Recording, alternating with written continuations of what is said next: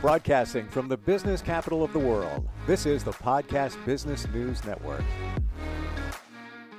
And welcome back, everybody. This is for anyone who is a business owner. Maybe you lead a team. Maybe you're a C-suite executive. Anybody that's looking to move their life forward professionally, even personally, this is for you. And if you're finding yourself somewhat stuck in your situation, maybe not hitting the numbers that you want to hit, maybe not feeling that you're connecting with your team, coaching may very well be in order for you. And we're going to talk to an excellent leadership coach, executive coach, and he joins us today. Got a lot of insight coming your way. Reginald Bullock, we call him Reggie B, is on the program. How are you doing today, sir? I'm well, Steve. Thank you for having me. It's good to have you here. I'm very curious.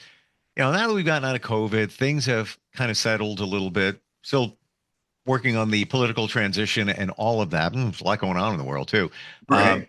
What are you hearing overall, by and large, from the people that you work with?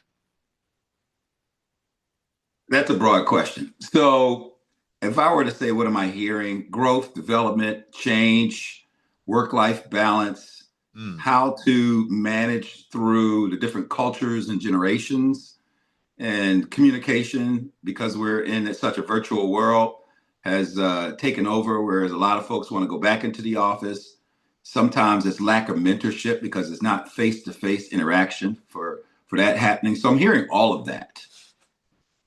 I'm glad you brought that up because I'm wondering, do you think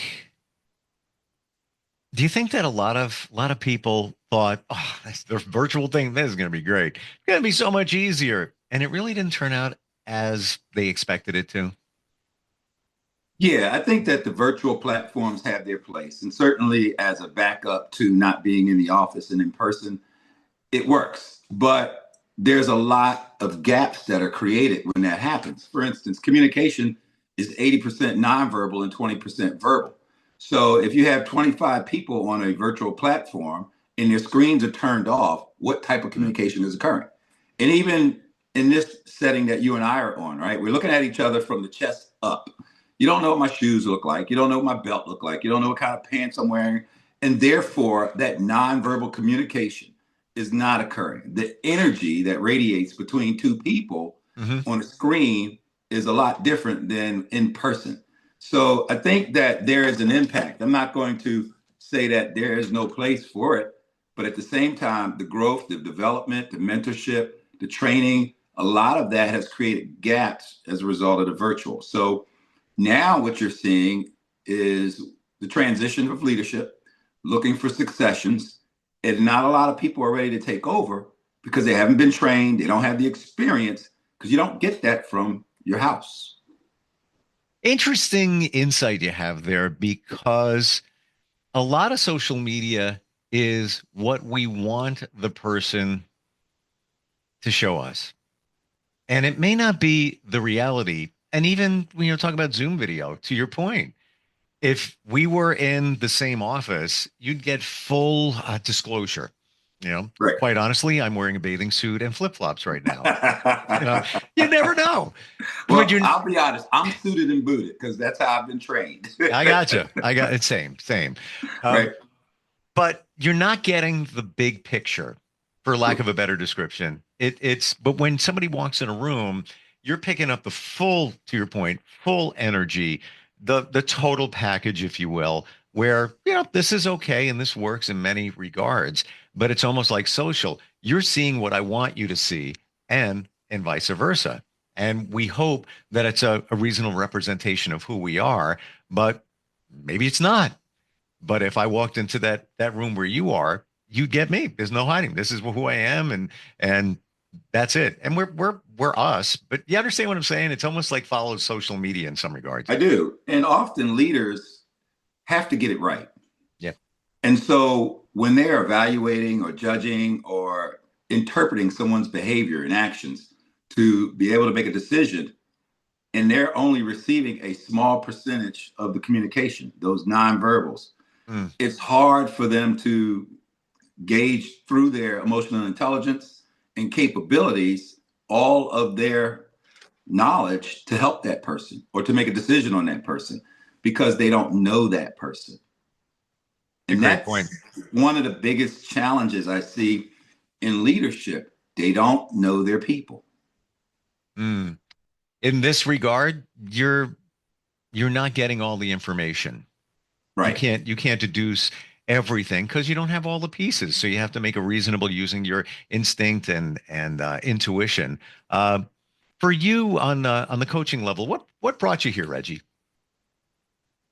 I think it's sort of evolved. I spent 30 years in the Air Force. So part of my career, I was in training. I was officers training school instructor.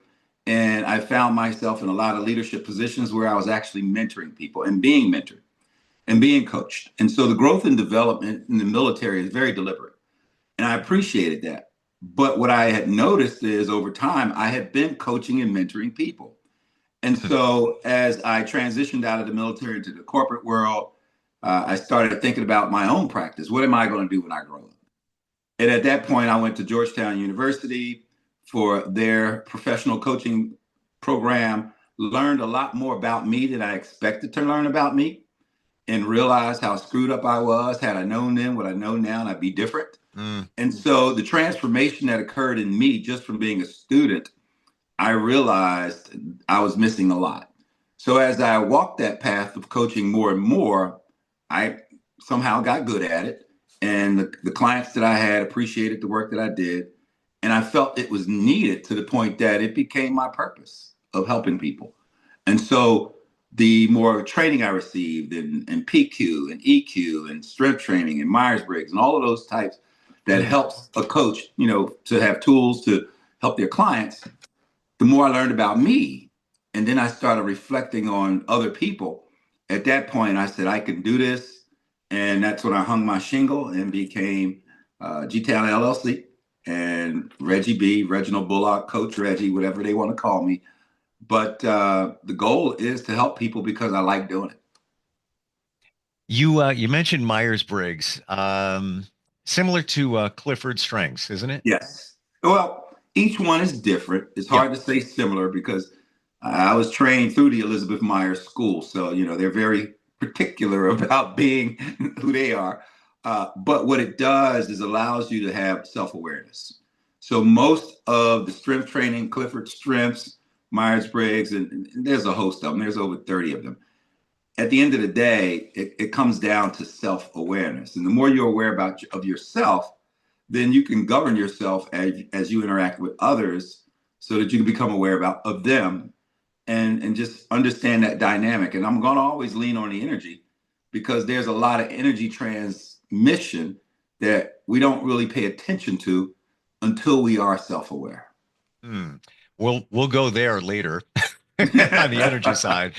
When Yeah, it comes to the assessing your strengths using right. one of those tests, um, there was a surprise for me, and I'll share in a moment. But I'm curious on your end, was there a strength that you didn't know existed, but found that out after taking one of those tests or going through your journey? That I didn't know existed. Yeah, or you didn't know it was so much in the forefront. We all know kind of an area of where our strengths are, let's say our top 5, 10 strengths, but maybe one was higher than the other. So the challenge with that, the short answer is yes. But the challenge with that, I grew up dyslexic and illiterate. So I wasn't as smart as some of the other folks. So therefore, when you don't know, and you discover something, I mean, that's awesome. So for me, I kind of knew I know who I am as Reggie in various strengths. But when you label it, it takes on a whole different persona. When Hmm. you label someone as extrovert or introvert or commander or feeling versus thinking, perception and intuition, and you're able to drill deep into those different traits or characteristics, well, now you can figure out how to use them deliberately and intentionally. Whereas prior to, you were just being you and you didn't know it was a strength. And just because you call it a strength doesn't mean that you don't have other capabilities. For instance, in the Myers-Briggs scale, we all are familiar with introvert versus extrovert. A person that's introvert doesn't mean they're 100% introvert. It just means that's their preference. So they could very well be 60% introvert and 40% extrovert, and vice versa, or 80% and 20%. And so as you label those various traits and characteristics, you also drill deep into figuring out I don't want to say percentage, but the amount of preference you have towards that. And sometimes how much of that radiates out of you intentionally or unintentionally, because the unintentional might not necessarily be a good thing. So now you see what you can work on to simmer that down a little bit. You Sure. may have anxiety. You may have other types of characteristics that causes you to peg in a different area that's not so good. And you may need to simmer that down a little bit. So when you identify those characteristics, in your term strengths, then you get to see those and you're able to now figure out, how do I work on that? Taking the Clifford Strengths test, and I'm on the board of the Girl Scouts, and we were doing a retreat, and they said, before you show up, everybody, let's take the test. So Right. I'm laying in bed the night before, it's late. I'm like, all right, let me just do this. How accurate it's going to be. Very insightful. And I'm usually the person that calls other people out and say, do you realize you're an empath? No, I have a friend who's a nurse, and every second day she needs to take off because she just drains. I don't know what it is. Like, because you're taking on other people's energy. You need to recover. You need to realize that. I take the strength assessment test. Number one was communication. All right. No brainer there. Been doing that forever. Right. Number two strength was empathy for me. I had no idea that would come But up it so makes high. sense. It does, right? Sense. Yeah, I get it. It makes sense. Yes. Yeah. Especially in what I do in picking up on other people, their energy, where their head is at, feeling that. I figured it would be within the top 10, top 12. Never thought it would be number two. But to your point, taking what shows up and then using it to your advantage once it's identified. I think it's the same thing with coaching.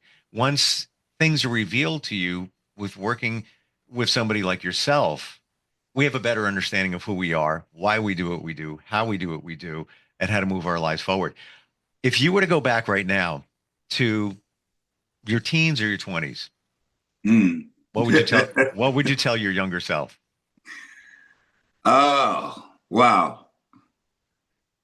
So many different things. Read more, listen more, and don't be so full of yourself. It's not that serious. Yeah, I was pretty obnoxious. Not obnoxious. I think I was cocky, arrogant, and just thought I was it. Right. Interesting. And so often I tell people, you're not the only one in the room, and everybody's not like you. And based on the 16 parts of Myers-Briggs, or the 16 types, I'm just one type. There are other types. There are 15 other types who are equally as responsible and deserve the same opportunities that I deserve and the same time in the room or in a meeting. It's not all about Reggie. And so therefore, in coaching, we learn this thing, this tool we use on ourselves. It's called 3 before me and 4 before more. And 3 before me means once I say something, once I speak, I must shut up and let 3 other people speak before I speak.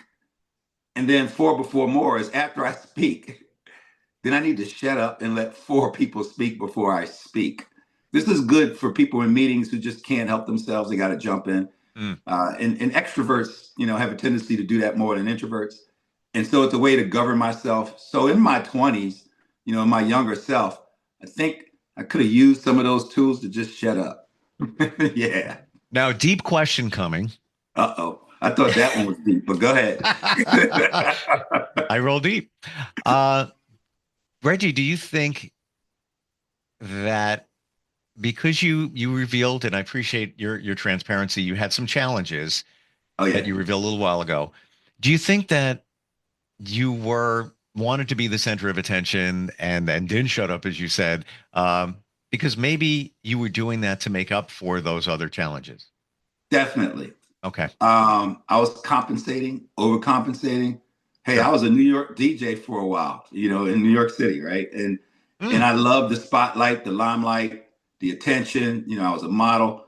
And so a lot of those things that I did put me on stage, put me as the center of attraction. Of course, DJ, you're it, right? And I was in a major club called Leviticus International at 34th and Broadway. And so I believe part of it is my desire to do it, my ability to do it, and the challenge to learn everything else you need to do. But the other is because I lack in other areas, like I said, I was dyslexic, illiterate, and a few other things coming from the Richard Allen projects of Philadelphia. Uh, I wasn't that knowledgeable. And so, in order to mm. compete against people who are knowledgeable, who are well read, who do have access and exposure, then you do well, I won't say overcompensate. You do what you have to do to compete. And part of that just made me feel the way I felt of confidence, as opposed to not having any confidence at all. And all of those cultural elements that I had to grow up in became a detriment to me as opposed to a motivator. Mm. Deep question number two. Uh-oh. What did you learn from your father? Well, nothing, because I never met him. He Mm, I grew up without a father. So my mother got pregnant in her first year of college. He basically said, I'm not the father. And I didn't even know his name until I was around 15 or 16 by accident, looking at a birth certificate, sneaking around my mother's bedroom. And she just had energy of me not meeting him. So I can't say that I learned anything from him. I'll say I've learned a lot as a result of him. And that's why I wrote my first book, Father to Son, The Guide to Growing Up in a Difficult World. And what I learned was that it's important to have a father. It's important to have someone of a father figure to help navigate. And I didn't have those types of things, from my father. And therefore, as a father, it was important for me to make sure I had that for my son. And I help a lot of other young men, right? I mentor hmm a lot of people. Yep. But yeah, that's a deep question because never met my father. Don't know well, I know who he is now. Didn't know I had two sisters and a brother until about 10 years ago. So yeah, but again, Mm. self-awareness. Yeah, yeah, I gotcha. And we have some parallels here. I knew my father, spent some time with him, only saw him maybe once a month. Um, Passed away when I was 21 suddenly. And I only found out in the last year or two that I knew my parents got divorced when I was very young. They were already Right. getting divorced before I was even born. They started Mm, that process. And I just found out this past summer that I have a half sister. wow. And I met her in New York City over the summer. Uh, Awesome. yeah, very cool. And she's about 15 years younger, and she lives in Atlanta. And when I think back to a lesson from my father, and by the way, side note, you say your mentor, I'm in a men's group, been for almost a year now, and we honor our father, whether you liked him or not. You take a lesson if you can from them. And we in the group, we only go by our last names. And when I Right. think about it, because you honor your father, when I think about it, he said three things to me. And when I was little, I was like, whatever. And they were, and the reason I'm bringing this up is you said it. Learn how to read, learn how to dance. He loved to dance, That's cool. ladies man, and learn how to breathe. And Ah, I never got the breathing thing until the last, call it 4 years where, oh, because I had a little anxiety when I was younger and just to breathe, take a deep breath. And I don't believe he was very spiritual at all. But that's what he left me with. And like, made sense. Now it makes sense. Now I get it. And just a powerful lesson. breathing is a coaching thing, by the way. In almost 100% of my clients, we talk about that. Nice. So your dad had some coaching in him. He didn't know it. For And sure. you mentioned the father piece, right? I'm co-chair of Fathers Initiative down here in the DMV area for our fraternity Kappa Alpha Psi in one of our chapters, Alexander Fairfax. And Nice. and we have only men come in there predominantly, and some, they can bring their children, their sons mostly. And we talk about some deep subjects that particularly African American men don't want to talk about and stay away from. It's taboo. And we give them a safe and brave space to just be vulnerable. So, yeah, trying to be like you when I grew up, Steve. But you're saying all the things. I'm living that life. One of the principles of the group that I'm in is be mask down, be Yeah, vulnerable. And whenever we have a meeting, and it's at once a week, and we see it turning a little superficial, it's like, whoa, whoa, whoa, whoa, whoa, whoa, whoa. All right, we're not getting anything accomplished here because everybody's wearing a mask. Take them down, and let's be who needs a circle? What do you got going right, on? Let's talk right. about that. Uh, Difference between coaching and leadership coaching. Can Okay. you define that? Yeah, certainly. So, and I'll add one more to it. You have coaching, leadership coaching, and executive coaching. So, most people are familiar with coaching, like basketball coach or Sure. music coach and those types of coach. And, in many cases, it's going to help you with your self-awareness, develop transformational change, and, provide you with critical challenges for you to grow and develop. And that's kind of a standard in many different coaching because, to be honest with you, the list of the types of coaching is probably larger than most people could ever even imagine. I mean, Mm. I know a person who is strictly an energy coach. I know a person who's a grief coach. So there are a lot of coaches. Leadership coaching, on the other hand, makes the distinction and the assumption that you are responsible for people. And so now you're leading people. And you might be a manager, a supervisor, a director, a president, CEO, owner of business, etc. But you have a lot of people under you, whether it be 5 or 5,000, right? And so you have a responsibility. And I'll just throw my leadership mantra out there, and that is people don't care how much you know until they know how much you care. Because not all, just because you're a leader in a leadership position don't mean you're a leader, right? Mm. Mm. And I'll even say something that we often say, 80% of the people out there that are in leadership positions are not necessarily leaders. And so to that end, there is a distinction between leadership coaching because you are coaching leaders to be leaders and you're coaching leaders in their own headspace and on their journey of leadership. Leadership is a lot of work. It's a journey. And they may not know that at the time. And so depending on where they are in that continuum of being that leader, a coach works with their clients to be able to become a better leader. My last book, Become the Best Version of Yourself. So now executive coaching is much different because often executive coaches are those multi-million dollar and even billion-dollar CEOs at the highest level of executive. And, it may be global, Jeff Bezos and, folks that are really responsible for not just people, but a company, a business, a product, a service that's impactful worldwide to so many people, not just responsible for their employees. And so their level of responsibility and challenge is even, I'll say, heavier. And I was going to say different, but it's heavier.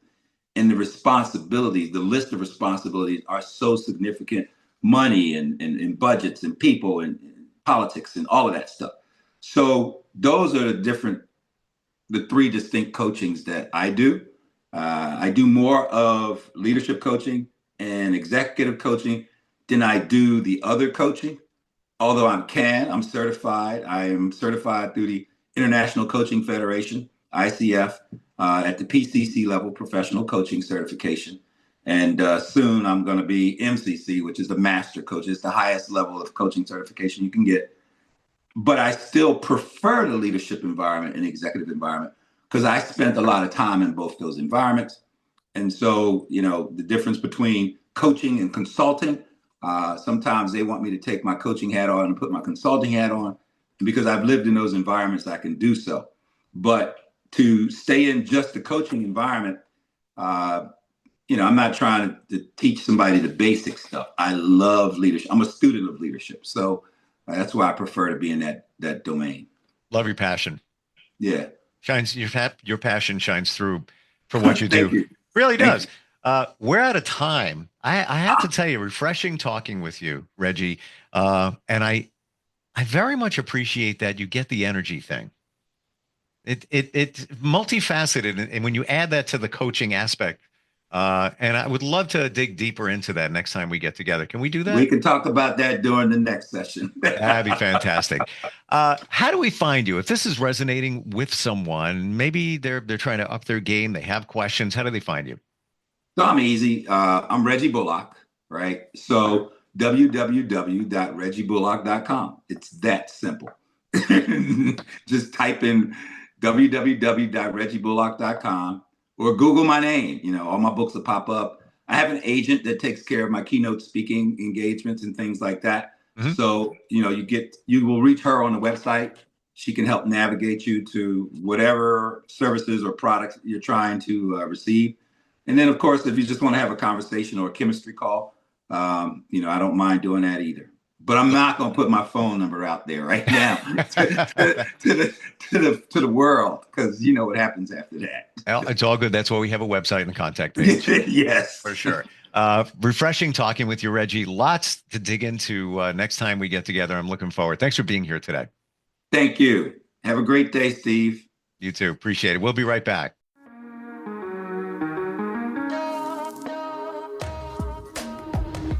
Broadcasting from the business capital of the world, this is the Podcast Business News Network.